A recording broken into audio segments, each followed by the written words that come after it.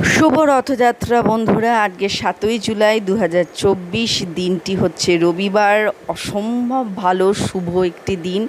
সকলকে অনেক শুভেচ্ছা ভালোবাসা বলে আজকে নতুন ব্লগ আরেকটি দিনের শুরু করলাম।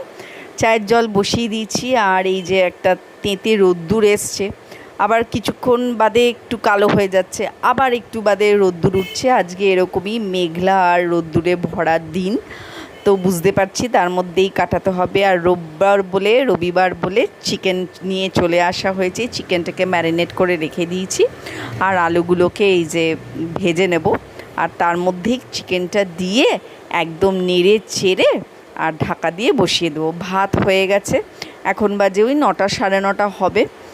সকালবেলা উঠে ঘর টর ঝাঁট দিয়ে পুছে টুছে নিয়েছি, স্নান করে পুজোটা দিয়ে নিয়েছি।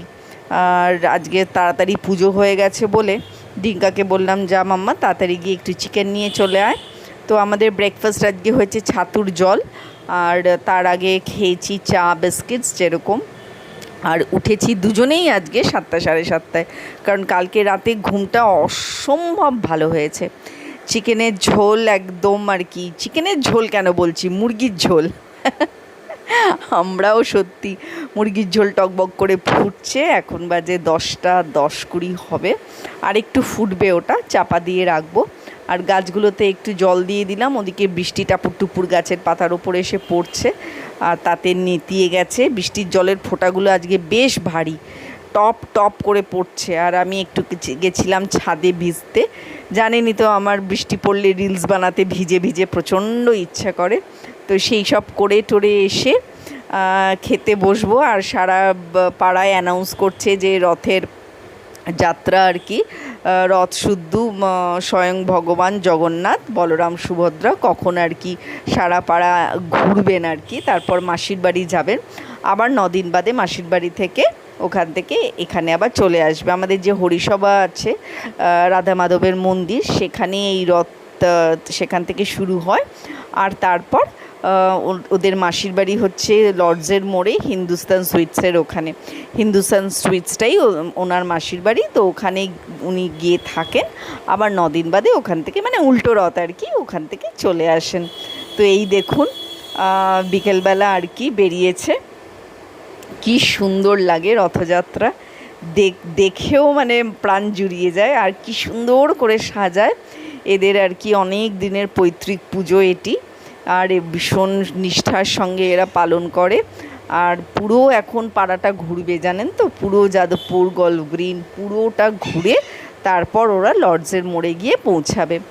আর এটা এতদিনের পুজো বলে যাদবপুর থানা থেকে এটা আর কি সিকিওর করতে চলে আসেন কিছু অফিসাররা। তো ওই যে আমি জুম করে আপনাদের দেখাচ্ছি, ওই যে সাদা আর কি গাড়ি দাঁড়িয়ে আছে, যাদবপুর থানা পুলিশের ওখান থেকে গাড়ি এসছে। আর এই যে পুলিশ সাদা ইউনিফর্মে, এটা প্রত্যেক বছরই ওরা সিকিউরিটি দেয় এই পুজোটাকে। তো এইখান দিয়ে ঘুরবে না ওদিক দিয়ে ঘুরবে, এখানে একটা জমজমাট ব্যাপার হয়ে গেছে। এবং তাতে এদিককার আর ওদিককার অটো আর সব গাড়ি বাইক সব দাঁড়িয়ে পড়েছে।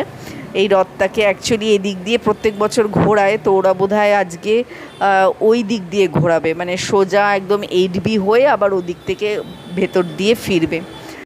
সন্ধ্যা এখন 7:30, 8টা হবে। একটু চাটা খেলাম আমি আর ডিঙ্কু, আর আমি একটু দোকানে বেরোচ্ছি, কারণ আমার ফ্রিজ একদম খালি হয়ে গেছে। কালকের পরশুর আরও 2-3 দিনের একটু সবজি আর একটু মুদির দোকানের জিনিসপত্র নিয়ে চলে আসি।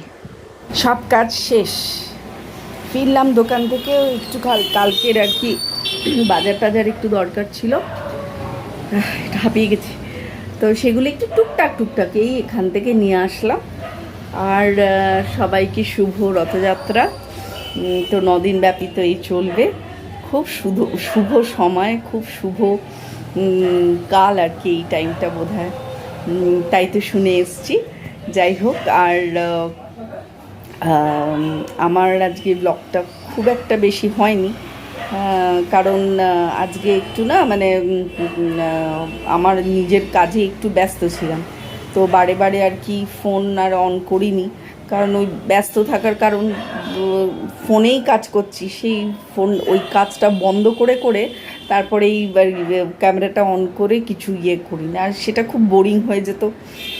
কাজ করছি, আবার কিছুক্ষণ বাদে 2 ঘন্টা বাদে কাজ করছি, বলাটাও বোরিং হয়ে যেত। ওই জন্য আজকে ব্লগটাও খুব মানে আজকে বাড়ির অ্যাক্টিভিটিস খুব কম ছিল। বাইরে বেরোনো না হলে বা বাড়িতে অ্যাক্টিভিটিস কম হলে যা হয় আর কি, ছোটো ছোটো জিনিসগুলো সব মিস হয়ে যায়, এই হলো গিয়ে ব্যাপার। আর যেহেতু ডিঙ্কার কি সেই আবার মঙ্গলবার কলেজে যাওয়া প্রজেক্ট জমা দেওয়ার জন্যে, তো সেই জন্য সেরকম তাড়াহুড়ো তো নেই। আর তাড়াহুড়ো না থাকলে অ্যাক্টিভিটিসও আমার খুব কম হয়। এই আর আপনারা কেমন কাটালেন রথযাত্রা আমাকে প্লিজ কমেন্ট বক্সে জানাবেন। আমি অধীর আগ্রহে থাকি, কেউ যদি কমেন্ট করে আমার ভীষণ ভালো লাগে। আর এখন রাতের ডিনার ওই যা দুপুরে ছিল চিকেন আর ভাত, সেইটাই আর কি আছে, আর সেরকম কিছু নেই। এই বার করে রাখলাম ঠান্ডাটা ছাড়ুক, তারপর গরম করব। এখন কটা বাজে 10টা হবে। আজকে একটু রাত করে শুবো, কারণ আমিও টায়ার্ড হয়ে গিয়ে আজকে একটু বৃষ্টিতে ভিজেছিলাম রিলস বানাচ্ছিলাম, ছাদে গিয়ে বৃষ্টিতে ভিজেছিলাম। আর তারপরে এসে পুজো দিয়ে স্নান করে খেয়ে দিয়ে ভালো ঘুমিয়ে পড়েছি। এই মেঘলা মেঘলা দিনে বেশ সুন্দর ঘুমটা হয়, আর ডিঙ্কও ঘুমেছে। সুতরাং দুজনেই আজকে রাতের বেশ চাপ আছে ঘুম আসতে, 1:30-2টো তো বাজবে একদম নিশ্চিন্তে। তো অসুবিধা নেই, কালকে তো সেরকম কোথাও বেরোনো নেই সেই কারণে।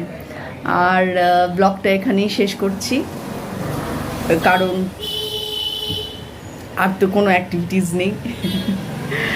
আর দেখি কাল বাদে পরশু 2-3টে কাজ আছে, তো সেটা আর কি আমার হাতে নেই। কাজগুলো আসলে নিশ্চয়ই আপনাদের সঙ্গে শেয়ার করব, ঠিক আছে? আর সবাইকে শুভরাত্রি, গুড নাইট। যে যেখানে আছেন ভালো থাকুন, সুস্থ থাকুন। আর ব্লগ যদি আপনাদের সত্যি ভালো লেগে থাকে, একটা করে সাবস্ক্রাইব করে দিন, লাইক করে দিন, শেয়ার করে দিন, আর কমেন্টস করতে একদমই ভুলবেন না। কারণ কমেন্টস যদি না পাই আমরা না ক্রিয়েটাররা, তাহলে বুঝতে পারি না যে কতটা গিয়ে আর কি পৌঁছালো আমার অডিয়েন্সের কাছে। এই জন্যেই কমেন্টসের কথা বারবার করে বলা হয়। সবচেয়ে গুরুত্বপূর্ণ জায়গা বোধহয় আমাদের কাছে কমেন্ট সেকশনটা। 1-2টো কমেন্ট আসলেই আমি এত আর কি মানে এক্সাইটেড হয়ে পড়ি। আমি জানি এটা সবার ক্ষেত্রেই হয়, তো ওই জন্য আপনাদের কমেন্টসের ওপর আমরা অধীর আগ্রহে বসে থাকি। কমেন্টস করতে একদম ভুলবেন না। জানি সবাই ভীষণ ব্যস্ত, তবুও যদি পারেন একটু হলেও কিছু লিখে দেবেন। বন্ধু হিসেবে এইটুকুনি অনুরোধ, আর কিছু নয়। অনেক ভালো থাকুন, আমার অনেক অনেক ভালোবাসা। আজকের দিনে বড়দের অনেক শুভেচ্ছা প্রণাম গ্রহণ করবেন, ছোটদের অনেক ভালোবাসা শুভেচ্ছা গ্রহণ করবেন। ভালো থাকুন, আনন্দ থাকুন, এইরকমভাবেই দিন কাটুক। ছোট্ট ছোট্ট ছোট্ট ছোট্ট সব ইভেন্টস পরব দিয়েই আর কি মানুষের জীবন বাঁধা।